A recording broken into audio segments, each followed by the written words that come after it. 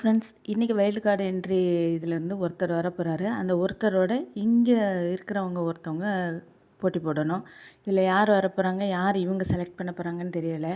அதுக்குள்ளேயே எல்லாம் டீம் போட்டு பேசிகிட்ருக்குறாங்க.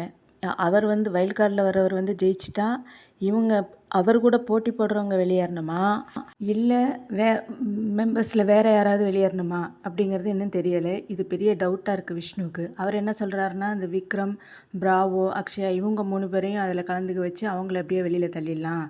அதுக்கு பதில் விஜய்லாம் ரொம்ப லாயலாக விளையாடக்கூடிய ஆள், அவனெல்லாம் உள்ளே வச்சுக்கலாம், அவனை வெளியில் அனுப்புனது தப்புங்கிற மாதிரி பேசுகிறாங்க. இதுக்கு இடையில் நைட்டில் என்ன பேசியிருக்காங்கன்னா, மாயா ரொம்ப ஃபீல் பண்ணுறாங்க. என்னோடய பேர் சுத்தமாக டேமேஜ் ஆகிடுச்சு, வெளியில் என்னை ஒரு மிகப்பெரிய வில்லியாக பார்க்குறாங்க.